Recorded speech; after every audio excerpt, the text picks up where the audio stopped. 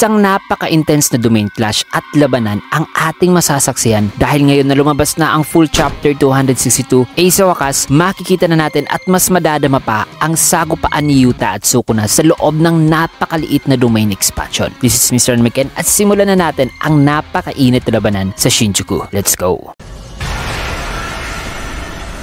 Nagsimula ang chapter sa pagpapatuloy sa pagbukas ni Sukuna at Yuta ng domain expansion. At ang kanilang showdown ng domain expansion ay nagresulta sa pagkabuo ng isang napakaliit na domain mga kaibigan, na kung saan ay makikita rin natin dito si Yuji at Todo na nasa labas na pansamantalang walang nagawa. Maya-maya pa sa loob naman ay makikita ang patuloy na pagka-clash ng sure hit effects ng kanilang domain expansion. Bukod pa dyan ay makikita rin natin na still ang domain ni Sukuna ay may ganito pa ring itsura dahil sa pagbago ng kanyang hand shield using a binding vow. At ayon pa rito ng narrator na ang countermeasure daw pala noon ni Gojo sa domain expansion ni Sukuna ay ang pagbuo ng basketball size na domain expansion. Kasi simula nung pinaliit ni Gojo ang kanyang unlimited void noon ay doon natin nakita na tumatagal na si Gojo sa domain clash. Unlike nung una na napakadali lang na binasag ni Sukuna ang outer shell ng unlimited void. At base nga sa nalaman na natin noon, ang mas pinaliit na bersyon ng unlimited void ni Gojo ay nasisira ni Sukuna after a span of 3 minutes. Kaya ayon naman sa isipan ni Yuta na napa-improve niya raw ang paggamit ng domain expansion dahil daw sa kanya nangyaring soul sub training noon with Gojo, which explains sa kung bakit nakagawa noon si Yuta ng domain expansion na nag-a-allow sa kanyang mapili ang pwedeng i-target ng kanyang sure hit effect, bagay na nagpahanga noon kay Sukuna. Kung kaya't kung i-consider do ngayon ni Yuta ang kalagayan ni Sukuna na nagsasuffer na ng fatigue, ay sa tingin niya na kaya niya raw ma-withstand ang Malevolent Shrine sa loob ng 3 minuto. At ang 3 minutes na time na ginugugol ni Sukuna para masira ang mas pinaliit na unlimited void ay supposedly magbibigay ng disadvantage sa kanya. Kasi alam naman natin noon na ang bagong domain expansion ni Sukuna ay may 99 seconds time limit lamang. So kahit anumang mangyari sa clash na to ay still mananalo pa rin talaga si Yuta since na di naaabot ng 3 minuto ang Malevolent Shrine ni Sukuna. Subalit may ginawa si Sukuna dito para mawala ang 99 seconds time limit ng kanyang Malevolent Shrine. At yan ay ang pagpapaliit sa radius o nasasakupan ng kanyang domain expansion. Na instead na 200 meter radius sana ang effective range nito, ay pinaliit na rin pala ito ni Sukuna to the point na ang area na lang na nasasakupan ng Malevolent Shrine ay saktong-sakto na lang na mapalibutan ng outside barrier ng pinaliit na unlimited void. With this ay kaya rin ni Sukuna basagin ang unlimited void from the outside in a span of 3 minutes. Kaya ang goal dito ni Yuta ay makapag-deal talaga ng damage kay Sukuna within the 3 minutes time. Isang damage na di na mag-aalaw pa kay Sukuna na ma-maintain ang pag-activate ng Malevolent Shrine. Ngunit ayon naman sa isipan ni Sukuna na di niya raw kailangan pa ng 3 minuto dahil babasagin daw talaga niya ang unlimited void as soon as possible at i-expand muli ang kanyang Malevolent Shrine para mapatay ang lahat ng tao na masasakop nito. So napaka-crucial talaga ng 3 minutong yan mga kaibigan sapagkat alam naman natin na mahigit kumulang 4 na minuto na lamang ang natitirang time ng curse technique ni Yuta. So kung makapag-deal si Yuta ng massive damage kay Sukuna within the 3 minutes ay may excess time pa siya na makakabalik sa kanyang katawan. Kung kaya't dito na kumilos si Yuta at nag-activate ng blue para ma-vacuum si Sukuna. However, sinamantala naman ni Sukuna ng pagkakataon at pangiting sumugod kay Yuta na mag-a-attempt na sana ng suntok si Yuta ay laking gulat niya nang blinak lang ito ni Sukuna gamit ang putol nitong braso sabay nag-attempt ng isang suntok na tumama sa mukha ni Yuta. Kaya na may nang napatras si Yuta ay dito niya napagtanto na nagawa raw pala ni Sukuna ng mabypass ang Infinity gamit ang domain amplification. So nakapag-activate daw pala si Sukuna ng domain amplification habang naka-activate ang domain expansion nito. Ang pangyayaring to ay minsan na rin gumulat kay Gojo noon na nung nag-engage sila ni Sukuna sa hand-to-hand combat sa loob ng domain expansion ay nagawa rin noon ni Sukuna ng mabypass ang kanyang Infinity using domain amplification habang naka-activate pa ang kanyang Malevolent Shrine. Kasi alam naman nila na kung activated kasi ang domain amplification ay may kakayahan nga ang sorcerer na man-neutralize ang curse technique ng kalaban, pero habang activated naman ito ay di naman nagagamit ng user ang kanyang sariling curse technique, na kung saan ay dun din na-realize ni Gojo noon mga kaibigan na kaya gumagana pa rin ang sure hit effect ng Malevolent Shrine ni Sukuna noon kahit at the same time ay gumagamit pa rin ito ng domain amplification ay dahil sa iba raw kasi ang curse technique na inilatag sa domain expansion kumpara sa curse technique na naka-engrave talaga sa katawan ng sorcerer. Kaya naman ngayon ay siguro ay napapatanong na kayo sa kung bakit hindi alam ni Yuta ang tungkol sa impormasyon na yan. Nasa pagkakaalam din natin na ang paggamit ni Kenjaku sa kanyang curse technique ay nag-aalaw naman sa kanyang makita o ma-retain ang memories ng kanyang vessel. At according yan sa theory noon ni Kenjaku na ang soul ay ang body at ang body ay ang soul. Meaning kahit na pinalitan pa ni Kenjaku ang utak ng vessel ay still nare-retain pa rin niya ang memories nito nito since na ang katawan nito ay nakakaalala pa rin. That is why sinakal ni Geto si Kenjaku sa eksenang to. Kaya ngayon ay ipapaliwanag natin kung ano nga ba ang mga maaaring rason sa kung bakit hindi nalaman ni Yuta ang tungkol sa paggamit ni Sukuna ng domain amplification habang nasa loob ng domain expansion. So para kasi sa akin mga kaibigan, ang unang rason ay ang tungkol sa sinabi rito ni Sukuna na maaaring hindi nakita ni Yuta noon kung ano ang mga nangyayari during sa kanilang pakikipaglaban sa loob ng domain expansion mga kaibigan. Dahil noon ang nakikita lamang ng mga sorcerers sa labanan ni Gojo at Sukuna ay ang vision lamang mula sa mga uwak ni Meimei na hindi nakakapasok sa loob, which is maaaring tama nga naman ang hypothesis na yan ni Sukuna. Kung ang pagkopya ni Yuta sa curse technique ni Kenjaku ay nag-aalaw lang sa kanyang mag-body hop pero hindi naman ito mareretain ang memories ng vessel. Pwede rin tama rin si Sukuna mga kaibigan kung nare-retain nga ni Yuta ang memories ng vessel pero ang pagre-retain niya ng memories ay nagre-require pala ng time. Kasi kahit sabihin na natin na na-retain na ni Yuta ang ilang memories ni Gojo, pero kailangan din natin i-consider mga kaibigan na less than o mahigit 1 minuto pa lamang ang lumipas mula nung nakalipat si Yuta sa katawan ni Gojo. So clearly hindi pa sapat ang 1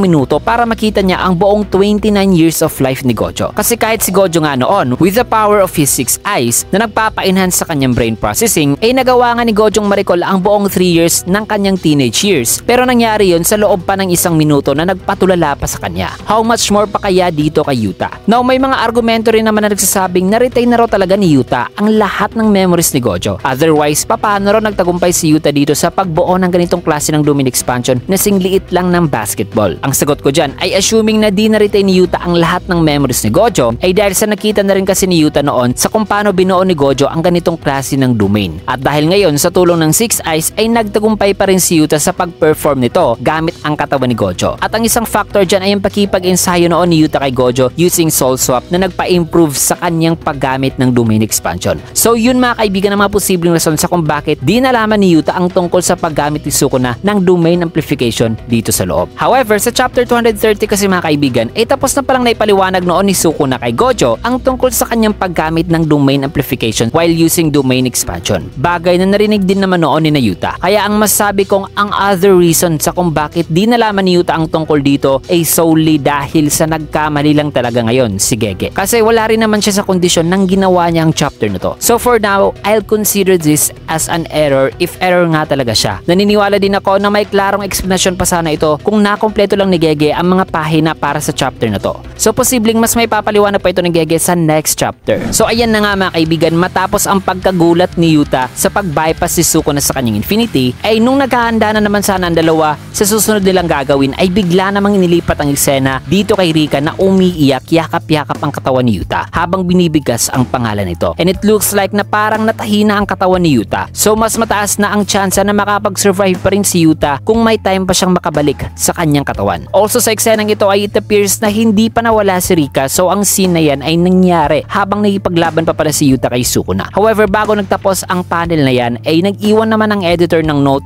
na wikang Rika has been fully manifested. But so maaaring may mangyayari kay Yuta sa susunod na chapter mga kaibigan na posibleng may masasaksihan tayong twist sa susunod. Kaya pag-uusapan natin ang tungkol dito sa susunod kong video dahil itatakil ko ang posibleng mangyayaring greatest comeback ng isang karakter. So dito muna natin tatapusin ang review mga kaibigan sa last panel na to at sadly magkakaroon po ng 2 weeks break ang JJK dahil sa kalagayan ngayon ni Gege. Pero ang 2 weeks break na yan ay 3 weeks na rin yan mga kaibigan kasi ang chapter 263 ay i-release sa last week of June pa. Pero wag kayo mag-alala dahil habang nasa week break pa tayo ay magtatackle naman tayo ng napakaraming topics. Pwede kayong mag-request dyan sa baba kung anong klase ng topic, mapa-theory man, prediction video o iba pa ang gagawin natin sa darating pa na mga araw. Maraming salamat. Kaya naman kung nagustuhan nyo ang ating video, can get a like, comment, follow, subscribe na rin for more videos like this and see you guys again on my next video.